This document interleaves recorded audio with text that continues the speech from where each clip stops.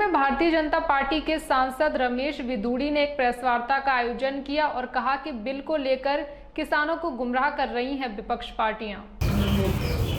देश में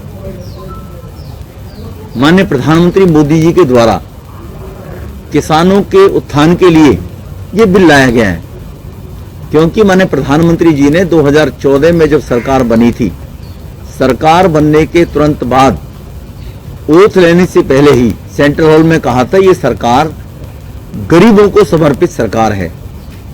देश में 86% लोग कृषि क्षेत्र से जुड़े हुए हैं, रोजी रोटी उनका व्यवसाय कृषि है।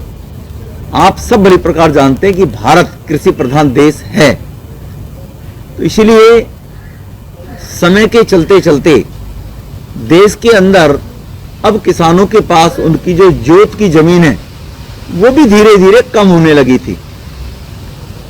आज जिसके दादा के पास 10 एकड़ जमीन थी, उनके पिताजी 4 भाई हो गए, वो 10 एकड़ जमीन 2.5 एकड़ में बट गई। फिर हमारी तीसरी पीढ़ी में आने के बाद वो अपने आप में 4 भाई, एक बेटे के एक पिता के हो गए चारों में से, तो 2.5 एकड़ और 4 जगह बांट दो, तो जमीन कहां बच गई। तो गरीब लोगों के लिए अब जिसके पास 1 एकड़ जमीन नहीं है तो वो कहां तो बैल रखेगा और कहां से ट्रैक्टर खरीदेगा। इसीलिए कुछ लोग पलायन करने लगे शहरों की तरफ। नौजवान बच्चे घर का लालन पालन कैसे हो, 1 एकड़ में कैसे गुजारा हो, उनका पलायन शुरू हो गया शहरों की तरफ रोजगार के लिए। 1 एकड़ जमीन या 2 बीघे जमीन या 4 बीघे जमीन में उसका गुजारा हो ना, तो वो जमीन व्यर्थ में बंजर के रूप में गांव में पड़ी रहने लगी, या कहीं ना कहीं बटाई पर गांव में किसी को वो देने लगे, जिनका किसी भी रूप में करार नहीं होता था लिखित रूप से। ऐसा कानून नहीं था जिससे किसान को श्योरिटी मिले कि किसान की उसकी फसल का उपज का कुछ मिल जाए। उसके लिए कानून बनाए गए हैं देश के अंदर 3, एक ही साथ में 3 कानून किसानों के हित के लिए बनाए गए थे। पहले कानून के अंदर किसान को ये छूट मिले कि किसान अपनी उपज को अपने मूल्य मिलने के तय तक कहीं किसी भी सूरत में किसी भी रेट में और किसी को भी बेच सकता है। अब वो बाउंड नहीं है कहीं कि बिचौलिया और मंडियों के माध्यम से वो बाध्य है कि उनको फसल उनको वहीं देनी पड़ेगी उसी रेट के ऊपर। दूसरा बिल लाया गया था कि किसान अपनी इस फसल को किसी के साथ भी, जैसे मैंने कहा पहले भी बटाई पे देते थे वर्बली, करार करके किसी को कॉन्ट्रैक्ट पे दे सकते हैं। लेकिन कोई भी आदमी फसल खरीदने वाला, शहर में खरीदने वाला, किसी गांव में कोई भी फसल जाकर खुले रूप में खरीद सकता है और किसान भी बेच सकता है। वो मंडियों के अधीन अब किसी भी प्रकार से बाध्य नहीं है।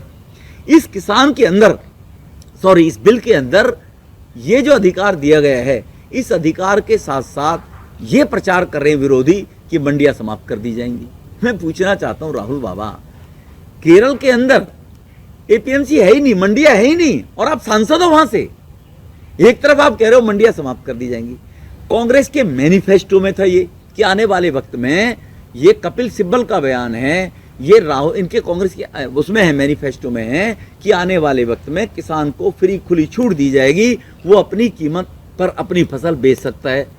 भारतीय जनता पार्टी के भी मैनिफेस्टो में है, लेकिन कांग्रेस इसको लागू नहीं कर पाई। स्वामीनाथन की कमेटी बनी थी 2002-2003 के अंदर। उस स्वामीनाथन की कमेटी जो बनी थी किसानों के उत्थान के लिए, आपको ध्यान होगा 2014 जब लोकसभा प्रारंभ हुई थी तो वहां पर उस टाइम सूखा पड़ गया था बहुत ज़्यादा, और महाराष्ट्र में किसानों ने अधिक संख्या में, आंध्रा में किसानों ने, तेलंगाना में आत्महत्याएं की थी। विपक्ष के लोगों ने बड़ा शोर मचाया था।